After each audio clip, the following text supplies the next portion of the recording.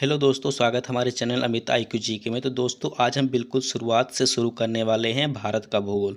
तो दोस्तों भारत का भूगोल पढ़ने से पहले हम लोग को बिल्कुल बहुत ज़्यादा जानना ज़रूरी है कि भारत के भूगोल का सिलेबस क्या है।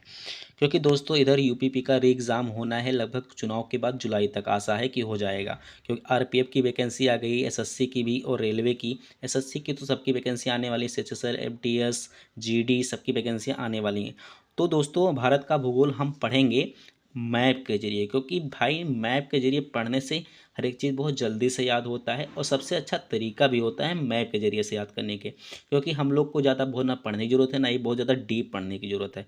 क्योंकि हम लोग उतना पढ़ेंगे कि जो एग्ज़ाम में हम लोग को मिल जाए क्वेश्चन। ठीक है, तो चलिए बिना समय वेस्ट किए हम लोग शुरू करते हैं इसके सिलेबस के बारे में। तो आप लोग यहाँ पे जैसे कि देख रहे होंगे पॉइंट नंबर 1 में भारत का सामान्य परिचय।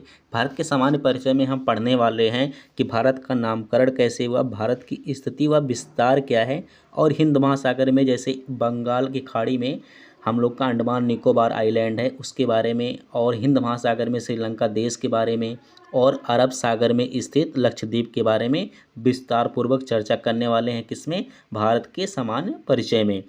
अब देखते हैं हम लोग पॉइंट नंबर 2 पे। पॉइंट नंबर 2 आते हैं, देखते हैं इसमें हम लोग क्या क्या पढ़ने वाले हैं। तो पॉइंट नंबर 2 है भारत का भौतिक भूगोल। भारत के भौतिक भूगोल में हम क्या पढ़ने वाले हैं, तो एक एक करके चलिए देखते हैं। तो भारत के भौतिक भूगोल में हम पढ़ेंगे पर्वत, पठार, मृदा, झील, नदी, मरुस्थल, और इसके साथ साथ हम पढ़ेंगे इसमें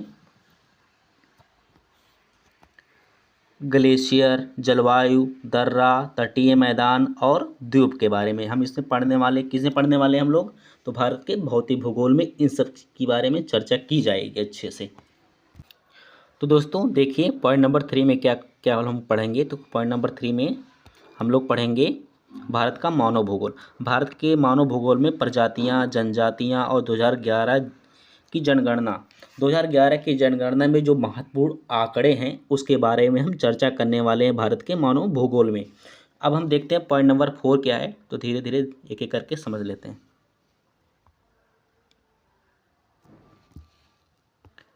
तो दोस्तों आप लोग देख रहे होंगे पॉइंट नंबर 4 में पढ़ेंगे भारत के प्राकृतिक वनस्पति। भारत के प्राकृतिक वनस्पति में हम पढ़ेंगे वन के प्रकार। बायो रिजर्व क्षेत्र कुल 18 हैं। अगर हम बात करें कि भारत में कुल कितने बायो रिजर्व हैं, तो भारत में कुल कितने बायो रिजर्व हैं? 18। और अभ्यारण्य के बारे में रामसर स्थल, प्रेजेंट में कुल रामसर स्थलों की संख्या 80 हो गई है, उसके बारे में हम चर्चा करने वाले हैं।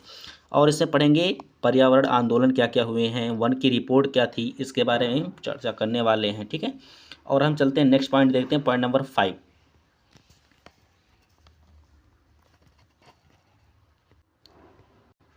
तो पॉइंट नंबर 5 देखते हैं। पॉइंट 5, भारत में कृषि एवं सिंचाई। भारत में कृषि एवं सिंचाई में से बांध हो गया, किस नदी पर कौन सा बांध बनाया गया है, नदी परियोजना जो चल चुकी हैं उसके बारे में भी हम चर्चा करेंगे, जो परसेंट में चल रही हैं उसके बारे में भी हम बात करने वाले हैं भारत की कृषि एवं सिंचाई में। चलते हैं देखते हैं नेक्स्ट 6 वाला पॉइंट देखते हैं, 6 में क्या क्या है। तो दोस्तों 6 में है भारत के खनिज एवं ऊर्जा संसाधन। भारत के खनिज और ऊर्जा संसाधन में सबसे पहले हम चर्चा करेंगे खनिज के बारे में। खनिज में हम पढ़ेंगे लोहा, सोना, चांदी, तांबा। अगर हम तांबा की बात करते हैं तो अगर हम आप लोग से पूछे भारत में तांबा सबसे ज़्यादा कहाँ से निकल आया था, तांबा का भंडार सबसे ज़्यादा कहाँ है, तो है खेतड़ी। अब एक खेतड़ी कहाँ पड़ता है, तो ये पड़ता है राजस्थान में। अब हम बात करेंगे ऊर्जा संसाधन के बारे में। ऊर्जा संसाधन में से कोयला हो गया, यूरेनियम हो गया, प्राकृतिक गैस हो गए। ठीक है, इन सब चीज़ों के बारे में हम पढ़ने वाले हैं किसमें? ऊर्जा संसाधन में।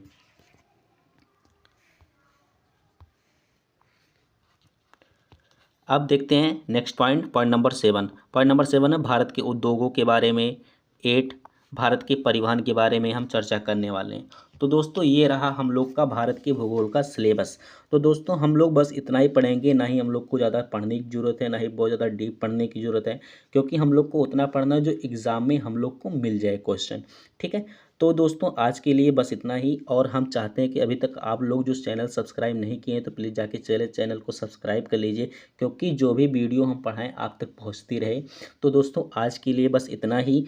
अब मिलते हैं आप लोग को कल एक नए टॉपिक के साथ, उसमें हम पढ़ाएंगे भारत का एक सामान्य परिचय। तो दोस्तों मिलते हैं कल, आज के लिए बस इतना ही। जय हिंद, जय भारत।